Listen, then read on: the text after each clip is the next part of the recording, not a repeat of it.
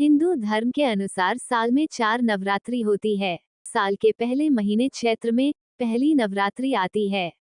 चौथे महीने आषाढ़ में दूसरी नवरात्रि आती है। इसके बाद आश्विन मास में तीसरी और प्रमुख नवरात्रि होती है जिसे शारदीय नवरात्रि कहते हैं। और माघ मास की नवरात्रि को गुप्त नवरात्रि के रूप में जाना जाता है क्योंकि कम ही लोग इसके बारे में जानते हैं। साल 2022 में गुप्त नवरात्रि 2 फरवरी बुधवार से शुरू होने जा रही है और 10 फरवरी 2022 दिन गुरुवार को समाप्त हो जाएगी। गुप्त नवरात्रि में 10 महाविद्याओं की पूजा का विशेष महत्व माना गया है, जिनको करने से गुप्त और चमत्कारिक शक्तियां प्राप्त होती है। यह नवरात्रि गुप्त साधनाओं के लिए परम श्रेष्ठ होती है।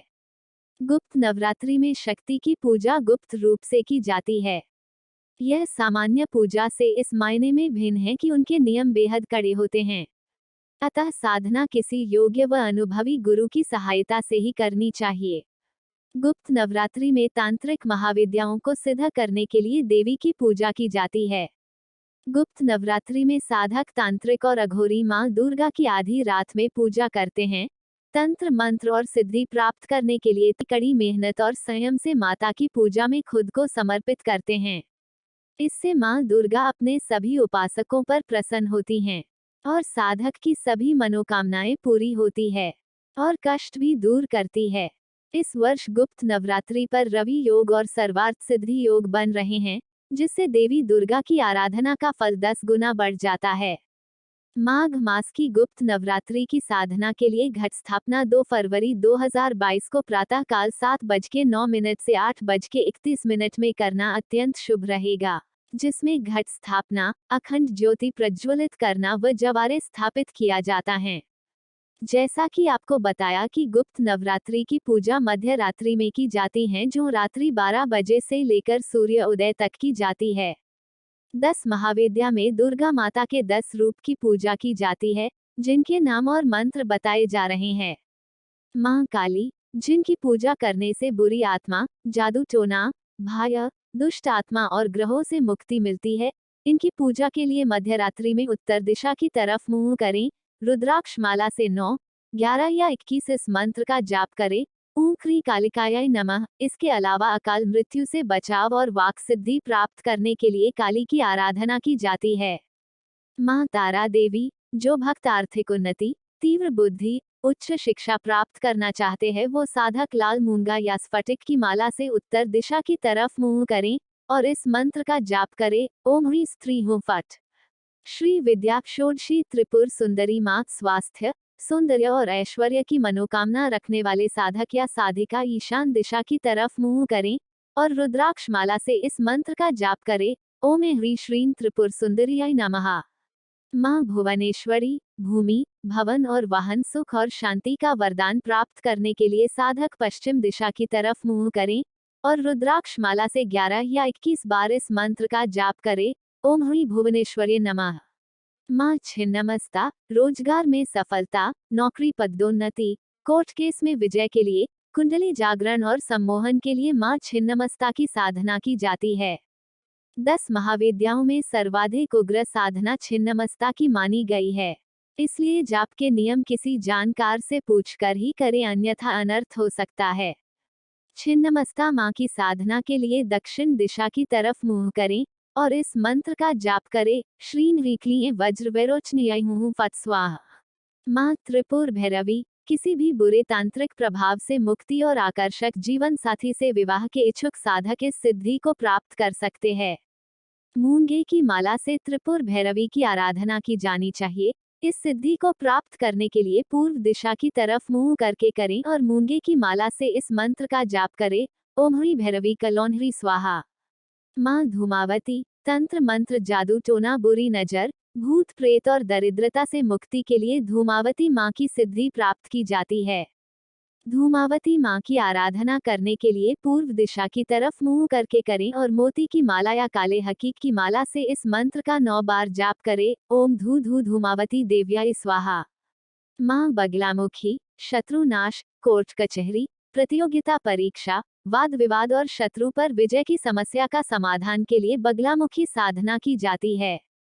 माँ की आराधना करने के लिए दक्षिण दिशा की तरफ मुंह करें और हल्दी की माला से 8, 16 या 21 बार इस मंत्र का जाप करें। ओम हली बगलामुखी देव्याय हरि ओम नमः। माँ मातंगी ज्ञान, विज्ञान, सिद्धि, साधना प्रदान और संतान प्राप्ति के समाधान के लिए मातंगी माँ की आराधना की जाती है। वायव्य दिशा की तरफ मुंह करें और स्फटिक की माला से इस मंत्र का जाप करें। ओम ह्रीं भगवती मतंगेश्वरी ह्री स्वाहा। माँ कमला देवी धन धान्य प्राप्ति, ऋण नाश और लक्ष्मी जी की कृपा के लिए देवी कमला की साधना की जाती है। नैऋत्य दिशा की तरफ मुंह करें और कमलगट्टे की माला से इस मंत्र का जाप करें। ओम हसौ जगत प्रसुत्ते स्वाहा। पूरी श्रद्धा एवं विश्वास के साथ साधक को देवी दुर्गा की साधना करे। पूजा में मां को लौंग और बताशी का भोग आवश्यक लगाए। दुर्गा चालीसा और दुर्गा सप्तशती का पाठ और ओम दुन दुर्गायै नमः मंत्र का भी जाप करें। इसके बाद अष्टमी या नवमी के दिन देवी की पूजा हवन के बाद 9 कन्याओं का पूजन करें और उन्हें पूरी, चना, हलवा आदि का प्रसाद खिलाकर कुछ दक्षिणा देकर विदा करें। इसके बाद गुप्त नवरात्रि के आखिरी दिन देवी दुर्गा की पूजा के पश्चात देवी दुर्गा की आरती गाएं। पूजा की समाप्ति के बाद कलश को किसी पवित्र स्थान पर विसर्जन करें। इन दिनों किए जाने वाले टोने टोटके भी बहुत प्रभावशाली होते हैं, जिनके माध्यम से कोई भी मनोकामना पूर्ति कर सकता है। गुप्त नवरात्रि में किए जाने वाले कुछ टोटके इस प्रकार हैं। यदि लड़की के विवाह में बाधा आ रही है तो गुप्त नवरात्रि में पड़ने वाले गुरुवार के दिन केले की जड़ थोड़ी काटकर ले आएं और इसे पीले कपड़े में बांधकर लड़की के गले में बांध दें। शीघ्र ही विवाह हो जाएगा। गुप्त नवरात्रि में भैरव बाबा के मंदिर का दर्शन जरूर करना चाहिए। ऐसे लोग जिनका रोजगार छिन गया हो अथवा जिनकी नौकरी नहीं लग रही, वह नवरात्रि में भैरव मंदिर में प्रार्थना करें और अपनी दुख को दूर करने के लिए आशीर्वाद लें। अगर आप काफी समय से कर्ज को लेकर परेशान हैं और बहुत प्रयासों के बाद भी कर्ज से मुक्ति नहीं मिल पा रही हैं, तो गुप्त नवरात्र में 9 दिन तक मां दुर्गा के समक्ष गुग्गल की सुगंध वाली धूप जलाएं। इससे आपके जीवन की सारी समस्याएं दूर हो सकती हैं। जानिए गुप्त नवरात्रि के 9 दिन क्या करना चाहिए और क्या नहीं। गुप्त नवरात्रि के दौरान मांस, मदिरा, लहसुन और प्याज का बिल्कुल सेवन नहीं करना चाहिए। मां दुर्गा स्वयं एक नारी हैं, इसलिए नारी का सदैव सम्मान करना चाहिए। माता पिता की सेवा करें और बड़ों का सम्मान करें। नवरात्रि के दिनों में घर में कलेश, द्वेष या किसी का भी अपमान नहीं करना चाहिए। कहते हैं कि ऐसा करने से बरकत रुक जाती है। नवरात्रि में स्वच्छता का विशेष ख्याल रखना चाहिए। सूर्योदय के पहले ही स्नान कर साफ वस्त्र धारण करने चाहिए। नवरात्रि के दौरान काले रंग के वस्त्र नहीं धारण करने चाहिए और ना ही चमड़े के बेल्ट या जूते पहनने चाहिए। मान्यता है कि नवरात्रि के दौरान बाल, दाढ़ी और नाखून नहीं काटने चाहिए। नवरात्रि के दौरान बिस्तर पर नहीं बल्कि जमीन पर सोना चाहिए। घर पर आए किसी मेहमान या भिखारी का अपमान नहीं करना चाहिए। इस बात का विशेष ध्यान रखें कि यदि इन महाविद्याओं की साधना करते वक्त मंत्रों के जाप करने में या हवन पूजा में कोई अज्ञानता या अधूरी जानकारी के चलते गलती या भूल चूक हो जाती है, तो साधना व्यर्थ हो जाती है और विपरीत असर भी हो सकता है। इसलिए योग्य और जानकार गुरु के मार्गदर्शन में और यदि संभव हो तो उनकी उपस्थिति में ही सारी पूजा की क्रिया करना चाहिए।